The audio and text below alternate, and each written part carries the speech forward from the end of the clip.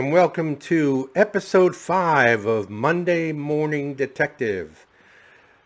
My name is Gino Scala, and I'll be your host for this podcast. And this is a podcast that deals with the law enforcement cases, events, etc. from around the country. We basically take this opportunity to second guess some decisions, question some decisions, and in some cases of unsolved crimes, we'll put forth our predictions. So in this incident, we have, it's national news when the governor of Florida, Ron DeSantis, flew 50 migrants into Martha's Vineyard. Basically, it's obvious to all concerned that this was an attempt to, give the Democrats a taste of their own medicine. Specifically, the rich, elite liberals of the Democratic Party, all of which, well, let's put it this way, most of those that reside in the very leafy area of Martha's Vineyard are these ultra-liberal rich elite, where the average home is several $1 million. President Obama and his wife Michelle and family have their summer cottage there.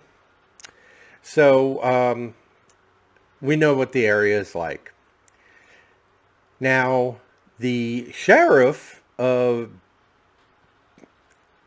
I'm not sure if it's pronounced Bexar County or Bear County, because we have a city out here in Alabama called, spelled Bexar, and it's pronounced Bear.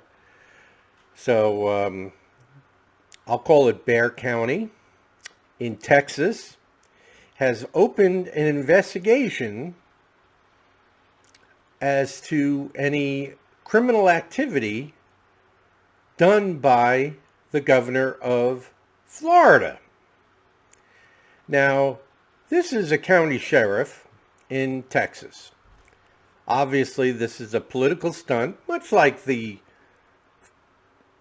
Florida to Martha's Vineyard air flight was a political stunt. And that was done, obviously, to make a point. A very valid point, actually. Just to give you a little background, the governors of the border states, with the exception of California, because they're a sanctuary state, the governors and mayors of the towns and the states along the Mexican border, including Arizona, New Mexico, Texas, and then Florida, although Florida is not a border state to Mexico, they are getting a substantial percentage of these migrants flown out there. Well, these people are, filing charges against the government for this illegal immigration and shipping them around the United States. If they felt that they were doing it correctly and above board, they wouldn't be making these flights at 3 a.m. with under cover of darkness. They wouldn't deny that these flights are taking place, as they had been denying in many press conferences up until recently. So let's face facts. We know what they're doing. They're bringing in illegal immigrants to vote on future elections as Democrats, hoping to raise the number and maintain power. That's what this is all about. And we all know that. However, this sheriff, getting back to the point here, His name is Javier Salazar. He is the sheriff of Bexar County. He is investigating crimes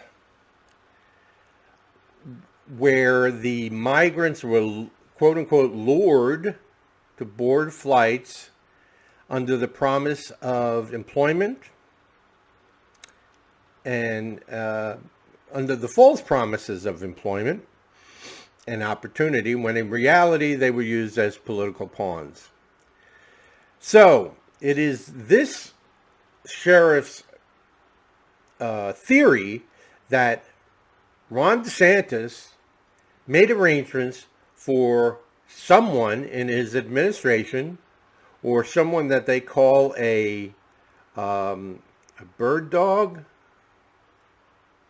that they would go to Texas, go to the border, convince 50 people to come over, and I suppose they were flown to Florida and then to Martha's Vineyard.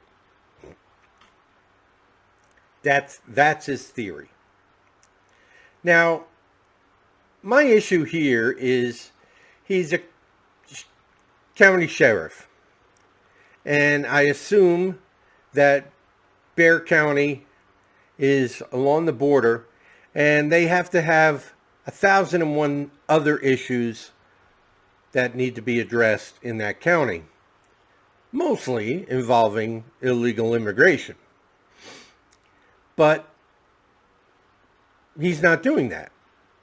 He's conducting this national investigation targeting a Republican governor, two Republican governors, if he wants to get Abbott involved, governor of Texas, and coming up with this wild conspiracy of a bird dog and so forth. But he's investigating for crimes that may have occurred during this process. Everything from the bird dogging and recruiting to potential kidnapping and being held against their will. Now, again, this whole issue smells political, and it is. I'm willing to bet everything I own that this Sheriff Salazar is a committed Democrat. And I'm sure there are a lot of people that are, on his side in this investigation. I'm not one of them. I doubt many in law enforcement are. None of these people were injured, hurt, sick, mistreated, or anything of that nature. We saw them. They ended up at Martha's Vineyard, the nicest, presumably the nicest place in the United States. And he is making a name of himself by doing this low-level investigation that it won't yield anything. Oh, it could possibly bring charges, but again, it's all a charade. It's all a facade, and he's trying to make a name for himself on the national news, the MSNBCs and the CNNs of the world, and nothing is ever going to come of it. But these flights from these non-sanctuary states and non-sanctuary cities like Florida, like Texas, and these governors have decided to fight fire with fire, and I think it's an awesome idea.